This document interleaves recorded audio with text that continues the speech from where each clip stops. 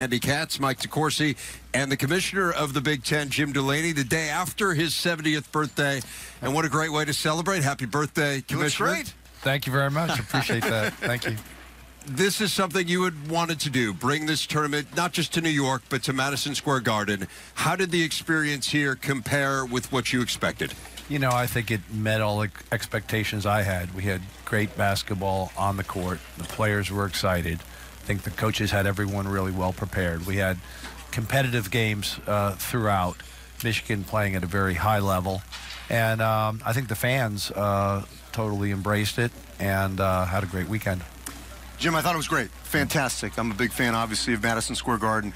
The only question I had was, at one point when you were negotiating with Madison Square Garden, was there any discussion of maybe being the front end of when the Big East comes in next week? Maybe like a Saturday to a Tuesday or a Friday to a Sunday, just to cheat up just a little bit? No. There you have it. What I really want to know. Good answer. What I really want to know is, do you have any stock tips? But we'll save that for off the air, because anybody that could pull this off, I want to know that. But I wonder what your thoughts. I mean, you're a basketball guy. What are your thoughts about the time off that the teams will have? You know, I mean, it could cut any one of two ways. If you're tired and if you're hurt, it gives you a chance to get, to get healthy. If you're playing really well, I think you're going to want to play in 4 or 5 days. We've got a couple teams playing pretty well, and we've got a couple teams that probably need the rest. And so let's face it, it will be judged on results. If our teams play well, they'll embrace it. Who knows? We'll maybe be playing a week early in Chicago next year. So you've been in that selection committee room. Michigan is playing as well, if not better, than any team in the country. But they may get judged by their body of work and may not be as high a seed. How would you handle this Michigan team in terms of where you would see them based on the way they're playing right now versus maybe that overall body of work? Well, that's why, you have eyes, that's the eye test, and you also have the data set in the body of work. So I think it's a blend of the two. A lot of it will have to do with what the committee needs in a particular area. If they need a team in the region, who knows? They may move up a line. If they need somebody in another area to balance out that bracket, that may dictate a seed line, because they have flexibility. They can move it up a line or down a line to meet other objectives in terms of balancing the bracket. But they're playing great. They played great last year at this time, and people have eyes. A lot of people think that the committee goes into a room and it's dark walls and all the lights are out and but you, as a conference, you guys do some work to try to make them. Can you sort of tell our audience about what sort of things happen from the conference office? Yeah, I think it's been over the last 8 or 10 years. Each conference is assigned 2 committee members, and we have an opportunity 3 times during the course of the year to sit with them, probably for half an hour to 45 minutes at the beginning, at the middle, and at the end. And so we're able to talk about injuries. We're able to talk about flow and changes. And we're able to talk a little bit about compression. I mean, we have never been this compressed before, and that had, I think, an impact in certain cases.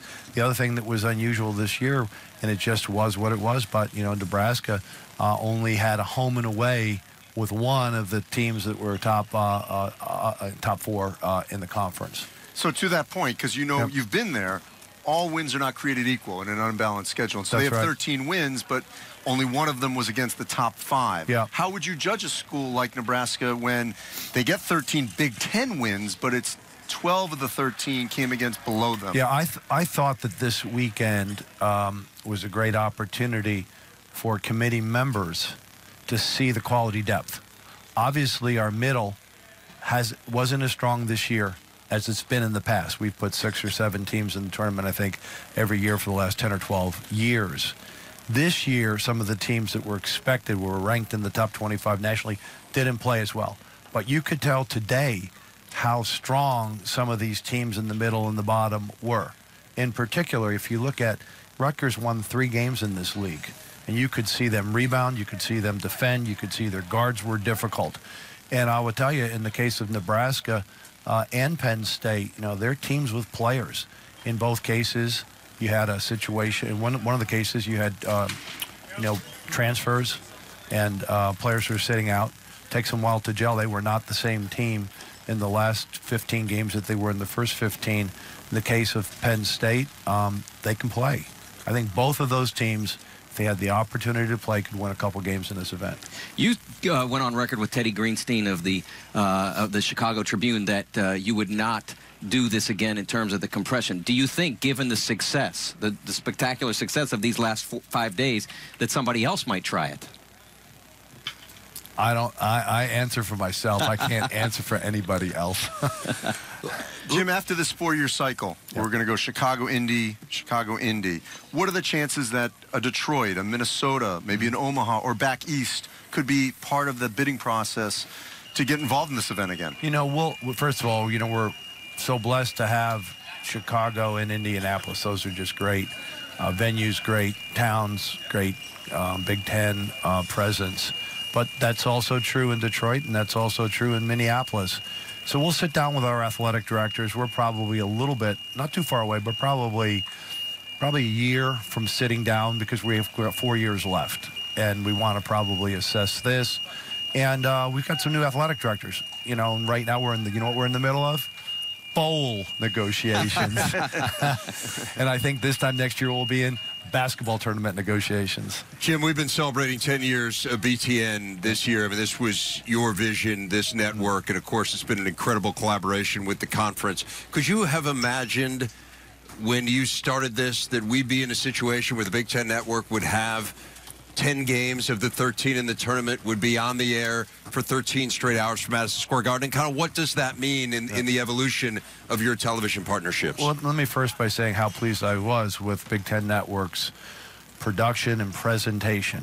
There are a number of things that I thought helped us, benefited BTN.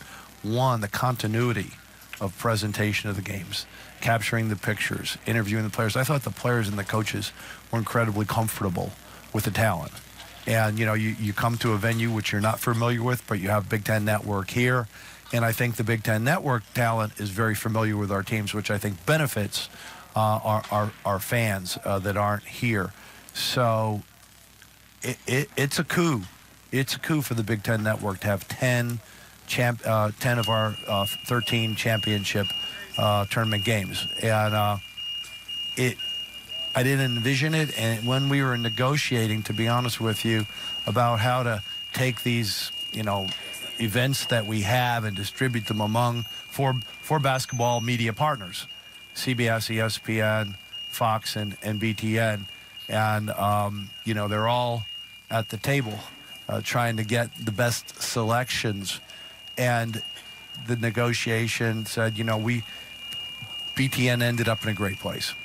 They had to give up a few things to get there, but I think that these 10 games, not only in this venue, but with this event, really elevates the Big Ten Network and takes it, I think, to really a higher level. Now, my first instinct was, you know, it's great to have BTN, Fox, ESPN, and CBS. But having watched it 1 year, and I felt this a day or two into the event, how much better we were for having the Big Ten Network and having that continuity of presentation. Very good. Very, very congratulations to you. I think it's been great for us. Well, we were certainly grateful for the opportunity. Once again, happy birthday, Commissioner Jim Delany. Thanks again for your time, and what a great way to celebrate here in New York. Thanks, Dave.